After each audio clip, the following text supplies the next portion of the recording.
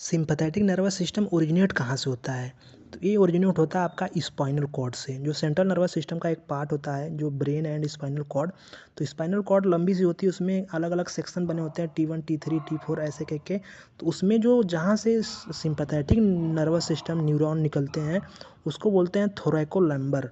थोरैकोलैम्बर part से आपका sympathetic neuron निकलता है, जिसका फंक्शन क्या होता है, जब ये एक्टिवेट होता है, जब ये एक्टिव होता है, जब काम करता है तो क्या करता है, हमको फाइट एंड फ्लाइट का सिग्नल देता है। यानी कि ये कब एक्टिवेट होता है, जब आप बहुत ज़्यादा डरे रहेंगे, आप बहुत ज़्यादा घबराए रहेंगे, आपको बहुत डर रहेगा, उस समय आपको ये सिग्नल एक्टिवेट होता है।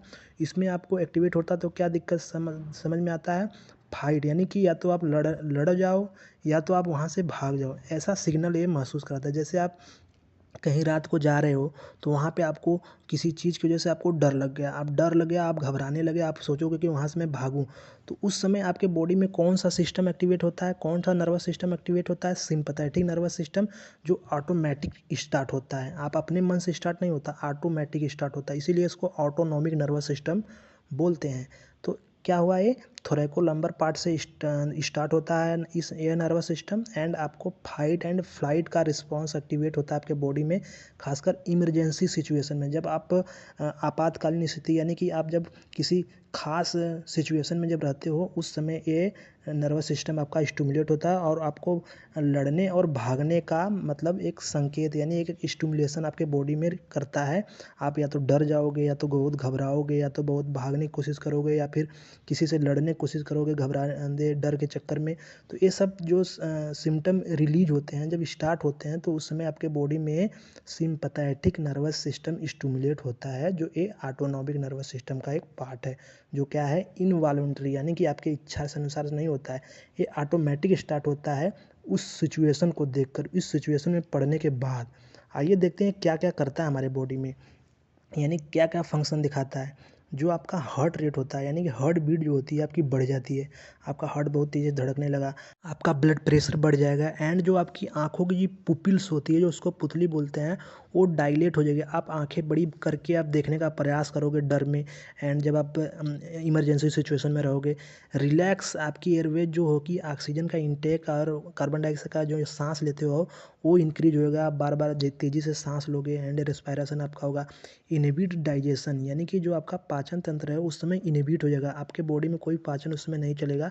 यानी कि आप जब रिलैक्स होते हो तभी आपका डाइजेशन चलता है, आप जब रिलैक्स नहीं हो तो आपका डाइजेशन नहीं होगा, इनहिबिट होगा डाइजेशन। एंड जब इमरजेंसी सिचुएशन में जब आपका सिंपैथेटिक नर्वस सिस्टम स्टिमुलेट होता है, तो उसमें एड्रिनल ग्लैंड जो होती है वो भी स्टिमुलेट होती है, जो स्टिमुलेट होती है तो उसमें से एड्रेनलिन एंड नॉर एड्रेनलिन एक केमिकल निकलता है दो तरह का, जो क्या करता है, इस इम्पोर्टेंट रोल को अदा करने में हेल्प करता है। यानी कि सिंपैथेटिक नर्वस सिस्टम में इसका मेन रोल होता है आपको हार्ट रेट को बढ़ा देने का, ब्लड प्रेशर बढ़ा देने का, पुपिल का डायलेट करने का, एंड ऑक्सीजन इंटेक का इंक्रीज कर देना, एंड इनहिबिट डाइजेशन कर देना। ये सब क्या होता है, इसी एड्रेनलिन एंड नॉर एड्रेनलिन के कारण होता है, जब आपका सिंपैथेटिक नर्वस सिस्टम स्टिमुलेट होता है।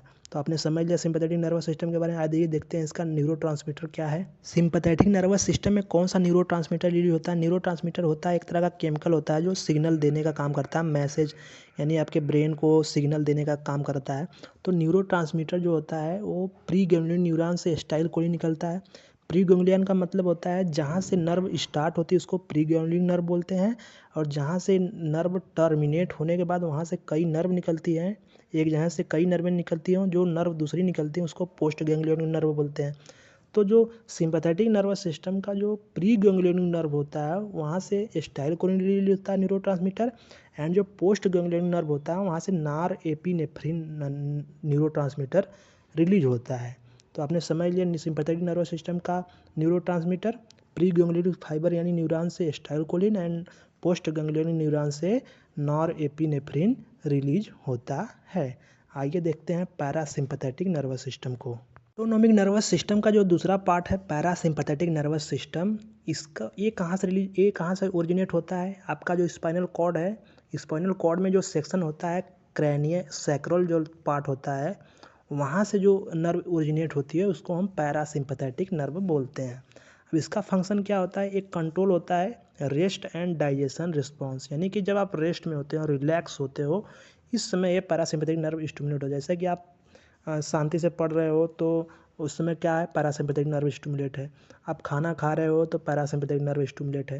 यानी जब आप रिलैक्स कंडीशन में होते हो तो उसमें आपका पैरासिम्पैथेटिक नर्वस सिस्टम स्टिमुलेट रहता है।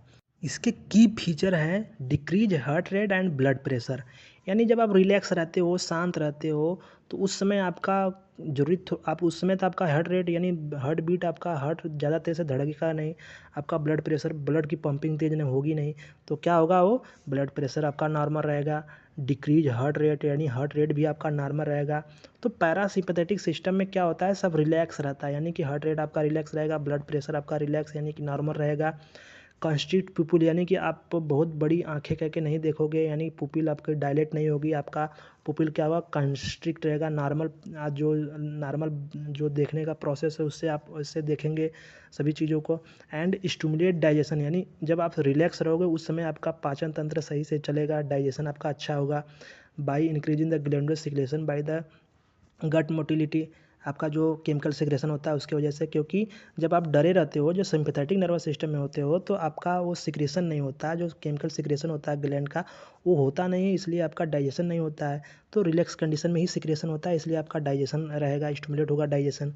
एंड प्रमोट करता है ब्लैडर एंड बॉवेल इम्पेटिक, यानी कि आपका जो उस समय क्या होगा, जब आप रिलैक्स रहोगे उस समय आपको यानी कि यूरिन का महसूस होगा, यानी आप जब डरे रहोगे तो आपको आपको डरे में आपको क्या यूरिन की महसूस होती है, आपको क्या पेशाब लगता है, यानी कि यूरिनेशन का महसूस होता है, नहीं होता है। यानी जब आप रिलैक्स रहते हो तभी आपको यूरिनेशन का महसूस होगा। यानी कि पैरासिम्पैथेटिक नर्वस सिस्टम का जो न्यूरोट्रांसमीटर होता है वो क्या करता, कौन सा निकलता है, इसमें एसिटाइल कोलिन निकलता है।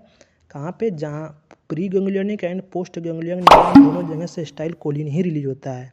यानी कि जहाँ से न्यूरॉन ओरिजिनेट हो रहा है एंड टर्मिनेट होने के बाद और कई तरह के जब न्यूरॉन निकलते हैं अलग अलग बॉडी में, अलग अलग ऑर्गन पे काम करने के लिए, तो यानी preganglionic neuron and postganglionic neuron हर जगह से एसिटाइल कोलिन ही रिलीज होता है पैरासिम्पैथेटिक न्यूरॉन में, नर्वस सिस्टम में। तो उसका न्यूरो ट्रांसमीटर क्या है, एसिटाइल कोलिन।